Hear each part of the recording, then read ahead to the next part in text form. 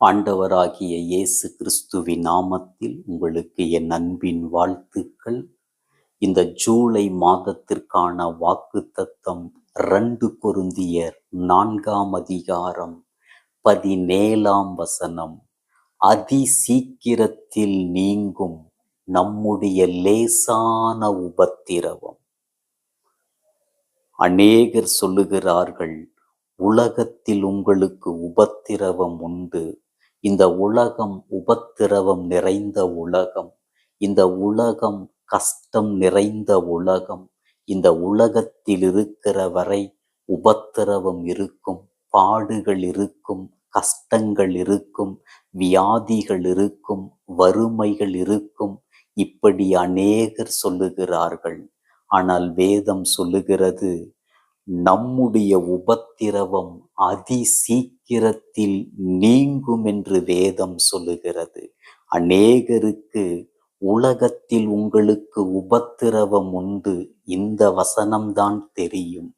ஆனால் நம்முடைய உபத்திரவம் அதி சீக்கிரத்தில் நீங்கும் என்கிற வசனம் அநேகருக்கு தெரியாது. ஆகவேதான் அவர்கள் உபத்திரவத்தில் இருக்கிறார்கள், கஷ்டத்தில் இருக்கிறார்கள், வியாதியில் இருக்கிறார்கள், கடன் பிரச்சனையில் இருக்கிறார்கள், வறுமையில் தரித்திரத்தில் இருக்கிறார்கள். காரணம், இந்த உபத்திரவம், இந்த பிரச்சனை அதி சீக்கிரத்தில் நீங்கும் என்கிற சத்தியத்தை அறியாமல் இருக்கிறார்கள். வேதம் சொல்லுகிறது, சத்தியத்தை அறிவீர்கள், சத்தியம் உங்களை விடுதலையாக்கும். எப்பொழுது விடுதலை கிடைக்கும்? சத்தியத்தை அறியும் போதுதான் உங்களுக்கு விடுதலை உண்டாகும். ஆகவே வேதம் சொல்லுகிறது, அதி சீக்கிரத்தில் நீங்கும் நம்முடைய லேசான உபத்திரவம். ஒருவேளை நீங்கள் உபத்திரவத்தில் இருக்கலாம், வியாதியில் இருக்கலாம், கடன் பிரச்சனையில் இருக்கலாம், கஷ்டத்தில் இருக்கலாம், வேலை இல்லாமல் இருக்கலாம், திருமணம் ஆகாமல் இருக்கலாம். நீங்கள் எந்த பிரச்சனையில் இருந்தாலும் அந்த பிரச்சனை அதி சீக்கிரத்தில் நீங்கும் என்று வேதம் சொல்லுகிறது. ஆனால் அநேகர் சொல்லுகிறார்கள், என் பிரச்சனை யாராலும் தீர்க்க முடியாது, என் கஷ்டத்தை யாராலும் மாற்ற முடியாது, எனக்கு வேலையே கிடைக்காது, எனக்கு திருமணமே நடக்காது.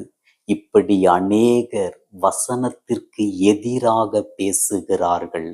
வசனத்திற்கு எதிராக பேசும் பொழுது உங்க பிரச்சனை மாறாது, உங்கள் உபத்திரவம் மாறாது.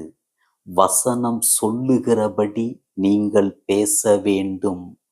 பவுல் சொல்லுகிறார், விசுவாசித்தேன் ஆகையால் பேசினேன்.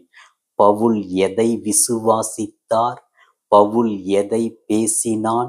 என்னுடைய உபத்திரவம் அதி சீக்கிரத்தில் நீங்கும் என்பதை பவுல் விசுவாசித்தான், அதையே அறிக்கையிட்டான். இன்றைக்கு உங்க வாழ்க்கையில் நீங்கள் எதை விசுவாசிக்கிறீர்களோ அதை பேசுங்கள். உங்களுக்கு என்ன பிரச்சனையோ, உங்களுக்கு என்ன கஷ்டமோ அதை பேசாதீர்கள். பிரச்சனையை மாற்றக்கூடிய விசுவாசத்தை பேசுங்கள். பிரச்சனையை மாற்றக்கூடிய வசனத்தை அறிக்கையிடுங்கள். அப்பொழுது உங்கள் பிரச்சனை மாறுவதை நீங்கள் காண்பீர்கள். வேதம் சொல்லுகிறது, அதி சீக்கிரத்தில் நீங்கும் நம்முடைய லேசான உபத்திரவம். இந்த உபத்திரவம் லேசான உபத்திரவம். அநேகர் பிரச்சனையை பெரிதாக பார்க்கிறார்கள், பிரச்சனையை மலையைப் போல பார்க்கிறார்கள். ஆனால் வேதம் சொல்லுகிறது, உபத்திரவம் லேசான உபத்திரவம்.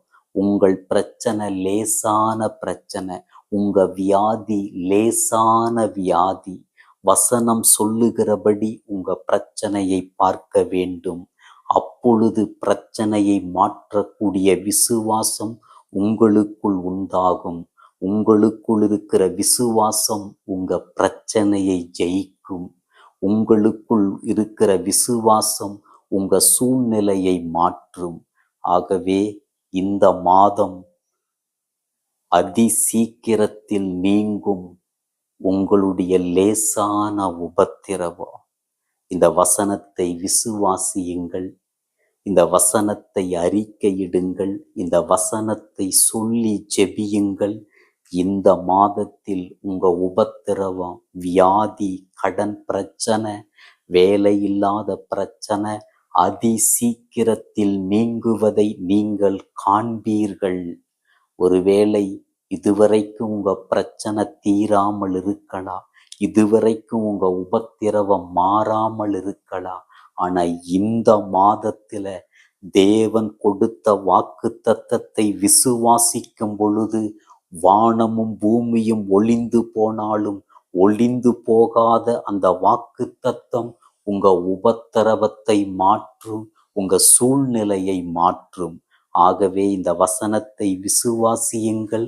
இந்த வசனத்தின்படி உங்கள் உபத்திரவம் மாறுவதை காண்பீர்கள்.